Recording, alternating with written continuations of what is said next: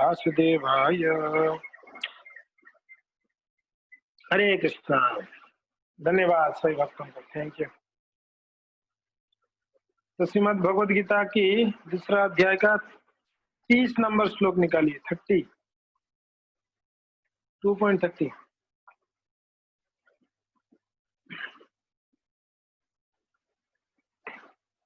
ठीक है, ओके।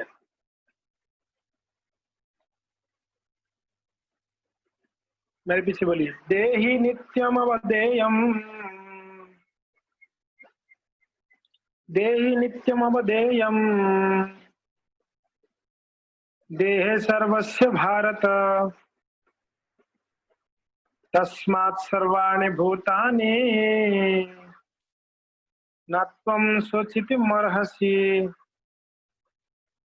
नेहि देहि नित्यम अवधेयम, देहे सर्वस्य भारत, तस्मात् सर्वाणि भूतानि न त्वं शोचितुमर्हसि। देहि नित्यम अवधेयम, देहे सर्वस्य भारत, तस्मात् सर्वाणि भूतानि न त्वं शोचितुमर्हसि। तो यहाँ पर श्री भगवान ने कह रहे हैं, ये भारत, हे भरतवंशी, हे अर्जुन, देहि नित्यम अवधेयम देहे। कहते हैं देही यानी जो शरीरधारी आत्मा, ठीक है, शरीर में रहने वाला देही, उसका वध कभी नहीं किया जा सकता है। तस्मात् सर्वाणि भूतानि, और तुम किसी भी जीव के लिए शोक ना तुम शोचितुमर्हसि। आप शोक करने की आवश्यकता नहीं है आपको। क्यों आवश्यकता नहीं? क्योंकि ना कोई नहीं मार सकता है, कभी नहीं मार सकता है, ना कभी मारा है, ना कभी मार सकता है। इसके लिए हे अर्जुन, आप शोक मत करो इसके लिए। कौन पढ़ेंगे तात्पर्य?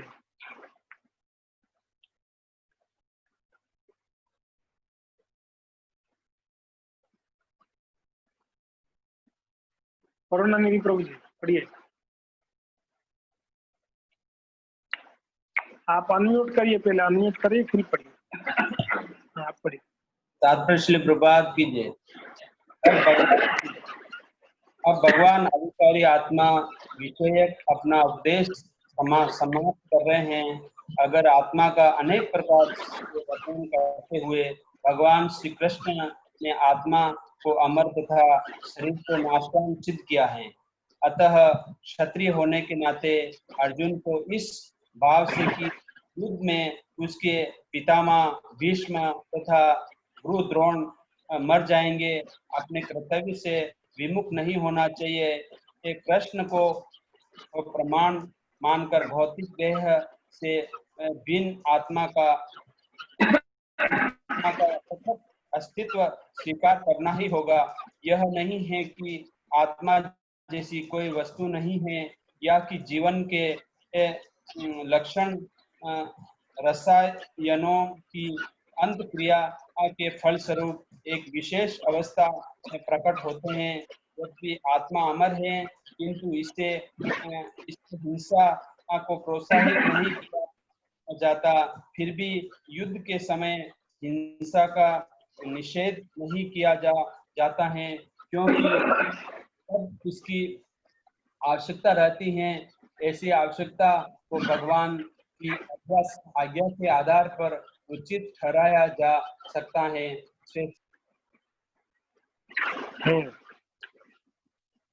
तो भगवान ने यह आत्मा का जो टॉपिक है लगभग समाप्त कर रहे हैं, जैसे प्रभुपाद जी कह रहे हैं। तो आत्मा का अनेक प्रकार से भगवान ने यहाँ पर वर्णन किए, और वो अजर अमर है आत्मा, नाशवान है, उसको कोई नाश नहीं कर सकता है। इसके लिए है अर्जुन, आप क्षत्रिय हो, इसके लिए आप बिल्कुल भय मत करो, बिल्कुल शोक मत करो, बिल्कुल दुख मत हो। आप क्या करो, युद्ध करो, चिंता मत करो। आपका पितामह और आपके गुरु द्रोण कोई मरने वाले नहीं है। उनको कोई नहीं मार सकता है, उनके शरीर को ही हो सकता है शरीर खत्म हो जाए, मगर आत्मा है और आत्मा को कोई नहीं मार सकता है। तो इसका अस्तित्व पृथक पृथक है, इसको स्वीकार करना होगा। ऐसा नहीं कि कोई आत्मा वात्मा नहीं। लोग बोलते हैं ऐसा आत्मा वात्मा कुछ नहीं, ऐसे बोलते हैं ये आत्मा क्या है, क्या आत्मा वात्मा कुछ नहीं है। मगर इसको भगवान ने यहाँ पर क्लियर करते हैं। हाँ।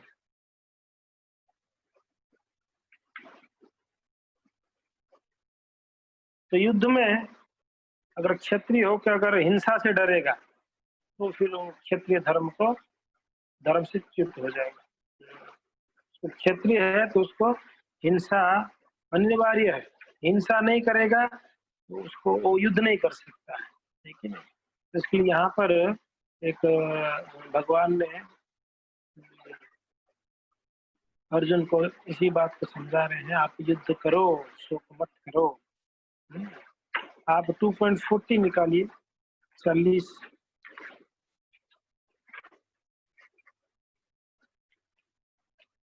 2 का 40 निकालिए। नेह विक्रम नाशोस्ति प्रत्यवायो न विद्यते स्वल्पमप्यस्य धर्मस्य त्रायते महतो भयात्। नेह विक्रम नाशोस्ति प्रत्यवायो न विद्यते स्वल्पमप्यस्य धर्मस्य त्रायते महतो भयात्। तो भगवान यहाँ पर कहते हैं इस भक्ति योग में, यहाँ पर बुद्धि योग कहा गया है, बुद्धि योग को भगवान भक्ति योग करके संबोधित करते हैं। ये भक्ति योग में जो प्रयास है, उस प्रयास में किसी भी प्रकार की कोई हानि नहीं है, कोई लॉस नहीं है। अगर कोई अगर कोई भक्ति में आ गया, नाम जप कर रहा है, तो सोच सकता है कि टाइम वेस्ट है, टाइम वेस्ट है, कुछ क्षति हो जाएगा, कुछ लॉस हो जाएगा ये करने से। कोई को बोलते हैं भक्ति करने से आपका धन संपत्ति सब चला जाएगा। एक हमारे सिलवासा में एक माता जी, उनको 700 रुपये बोले जब करो, नहीं मैं नहीं करूंगी। चाहे पहले करते थे, अभी क्यों नहीं कर रहे? बोले कि मैंने एक जगह में लेक्चर में सुना, भगवान जिनके ऊपर विशेष कृपा करते उसका सब छीन लेते धन धन, मैं नहीं करने वाली। मुझे ऐसा अनुभव भी हो रहा है, जब करना शुरू किया तो धीरे धीरे हमारा बिजनेस ठप हो रहा है। तो नहीं भगवान विशेष कृपा करते तो उसका धन छीन लेते हैं। तो ऐसे सोचते हैं, मगर ऐसा नहीं है। इसका कोई भी हानि नहीं है और इसका ह्रास भी नहीं है, ऐसे कहते हैं। ह्रास यानी ये कभी घटता भी नहीं। आप जो किया हुआ ये बैंक अकाउंट कभी घटती नहीं है। नेहा विक्रम नाशोस्ति प्रत्यवायो न विद्यते, और इसका कोई उल्टा परिणाम भी नहीं है, कहते हैं। एक तो हानि नहीं होती है, दूसरा ये कभी घटता नहीं है इसका जो फल है, और तीसरा इसका कोई उल्टा परिणाम भी नहीं है, प्रत्यवायो न विद्यते। और चौथा क्या कह रहे हैं, स्वल्पमप्यस्य धर्मस्य। अगर इस भक्ति योग में कोई थोड़ा भी प्रयास करता है, थोड़ा, स्वल्पम सुअल्पम, थोड़ा भी अगर अच्छे से करता है तो क्या होता है, कहते हैं त्रायते महतो भयात्, वो महान भय से मुक्त हो जाएगा वो व्यक्ति। कितना सुंदर बात कह रहे हैं यहाँ पर भगवान। ये भक्ति योग में कोई हानि नहीं है, इसका ह्रास नहीं है, इसमें कोई उल्टा परिणाम नहीं है, और साथ साथ में अगर इसमें से कोई थोड़ा भी इसको अगर प्रयास करता है भक्ति को, वो बड़े बड़े भय से महान महान महत्व भयात्, महान भय से मुक्त हो जाएगा। यहाँ पर महान भय, मृत्यु की भय से भी मुक्त हो सकता है वो व्यक्ति, इस बात को कहते हैं। तो अनुवाद और तात्पर्य कौन पढ़ेंगे इस श्लोक का अनुवाद तात्पर्य? हाँ मनीषा माता जी पढ़िए। हरे कृष्ण प्रभु जी, दंडवत प्रणाम। हाँ जी माता जी दंडवत प्रणाम। प्रभुपाद जी द्वारा तात्पर्य पहले अनुवाद भी पढ़ लीजिए। इसका अनुवाद, इस प्रयास में न तो हानि होती है न ही हास, अपितु इस पथ पर की गई अल्प प्रगति भी महान भय से रक्षा कर सकती है। प्रभुपाद जी द्वारा तात्पर्य, कर्म का सर्वोच्च दिव्य गुण है कृष्ण भावनामृत में कर्म या इंद्रिय तृप्ति की आशा न करके कृष्ण के हित में कर्म करना। ऐसे कर्म का लघु आरंभ होने पर भी कोई बाधा नहीं आती, न कभी इस आरंभ का विनाश होता है। भौतिक स्तर पर प्रारंभ किए जाने वाले किसी भी कार्य को पूरा करना होता है, अन्यथा सारा प्रयास निष्फल हो जाता है। किंतु कृष्ण भावनामृत में प्रारंभ किया जाने वाला कोई भी कार्य अधूरा रहकर भी स्थायी प्रभावी डालता है। अतः ऐसे कर्म करने वाले को कोई हानि नहीं होती, चाहे यह कर्म अधूरा ही क्यों न रह जाए। यदि कृष्ण भावनामृत का 1% भी कार्य पूरा हुआ हो तो उसका स्थायी फल होता है। अतः अगली बार 2% से शुभारंभ होगा, किंतु भौतिक कर्म में जब तक 100% सफलता प्राप्त न हो तब तक कोई लाभ नहीं होता। अजामिल ने कृष्ण भावनामृत में अपने कर्तव्य को कुछ ही प्रतिशत पूरा किया था, किंतु भगवान की कृपा से उसे 100% लाभ मिला। इस संबंध में श्री भागवतम में एक अत्यंत सुंदर श्लोक आया है। तक्तिया स्वधर्म चरणा भुजम हरि भजन प्रको अथ पते तो यदि यत्र क्व भाव वाभद्रम मुष्य किम को वार्थ आत्को भजताम सर्वधर्मतः। यदि कोई अपना धर्म छोड़कर कृष्ण भावनामृत में काम करता है तो फिर काम पूरा न होने के कारण नीचे गिर जाता है, तो इससे उसको क्या हानि। और यदि कोई अपने भौतिक कार्य को पूरा करता है तो इससे उसको क्या लाभ होगा। अथवा जैसा कि ईसाई कहते हैं, यदि कोई अपनी शाश्वत आत्मा को खोकर संपूर्ण जगत को पा ले तो मनुष्य को इससे क्या लाभ होगा। हाँ, क्या लाभ होगा। तो यहाँ पर श्रील प्रभुपाद जी बहुत सुंदर बात कहते हैं, भौतिक क्षेत्र में आपको कोई भी कार्य का सफलता प्राप्त करना है तो आपको पूरा करना होगा, आधा करने से नहीं होगा। मान लो कोई कोई लड़का ने बीकॉम करने के लिए ज्वाइन किया है, 1 साल किया, 2 साल किया, तीसरा साल नहीं किया, छोड़ दिया, उसको सर्टिफिकेट मिलेगा पूरा। नहीं मिलेगा। कोई डॉक्टर पढ़ना चाहता है, डॉक्टर पढ़ेगा तो उसको पूरा करनी पड़ेगी, कोर्स को पूरा करना पड़ेगा, और पूरा करने के बाद भी उसको पास होना पड़ेगा भैया। अगर पास नहीं होता तो वापस पढ़ना पड़ेगा, उसको वापस एग्जाम देनी पड़ेगी, तो पूरा उसको करनी पड़ेगी। मगर भक्ति में ऐसा नहीं है। प्रभुपाद कहते हैं कि भक्ति में अगर कोई थोड़ा भी प्रयास किया है वो शाश्वत फल देगा। उदाहरण के लिए वो अजामिल का बात कहते हैं, हाँ? मान लो 1% किया है और वो मूर्ति को प्राप्त किया है, तो क्या होगा, उसका अगला जन्म में 2% से शुरू होगा। वो 1 पर कर लिया है, अगर 20% भक्ति कर चुका है, दूसरा जन्म में उसको 21 से शुरुआत करनी पड़ेगी। सुन रहे हैं ना माता जी? हाँ, 21 से शुरुआत करनी पड़ेगी। हाँ, मगर भौतिक क्षेत्र में ऐसा नहीं है। मान लो आप डॉक्टर कर लिया, डॉक्टर कर लिया, मर गए, तो अगला जन्म में ऐसा नहीं, आपको क्या है, कौन सा स्कोप, बायोस्कोप लेके जन्म नहीं होगा कि बस मैं डॉक्टर होके पैदा थोड़ी होगा, वापस उसको ABCD OI पढ़ना पड़ेगा। मगर भक्ति में ऐसा नहीं है, जहाँ छोड़ा होगा उसको वहां से शुरुआत करनी पड़ेगी। कितना अच्छा है ना। अगर कोई कोई ये सोचता है कि इसका कोई फल नहीं है तो इसमें कोई हानि भी नहीं है, अगर फल नहीं है तो हानि भी नहीं है, रिएक्शन भी नहीं है, इसमें कोई रिएक्शन नहीं है, अच्छा ही है कि नहीं। भक्ति कोई जानबूझ के करे या कोई अनजाने से करे, उसको तो इसका स्थायी फल प्राप्त होगा, स्थायी लाभ प्राप्त होगा। तो यहाँ पर देखो भागवत का एक श्लोक कहते हैं, त्वक्तम स्वधर्म शरणम भुजम हरे भजन न पतेतम। यदि अगर कोई भजन करते हुए वो भौतिक क्षेत्र में उसका वो नीचे गिरेगा तो उसका क्या लॉस हो गया।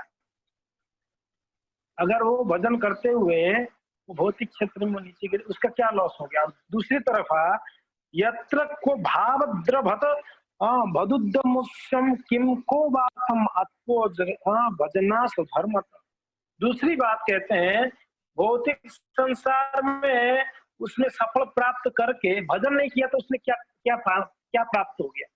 भौतिक संसार में सब तो नश्वर है, जितना भी आप प्राप्त कर लो भौतिक संसार में खत्म होने वाला है, तो उसने प्राप्त करके भी क्या प्राप्त कर लिया। और आध्यात्मिक क्षेत्र में उन्नति करते हुए अगर भौतिक क्षेत्र में नीचे गिर गया तो क्या लॉस हो गया उसको, कोई लॉस नहीं होगा। इस बात को यहाँ पर कहते हैं।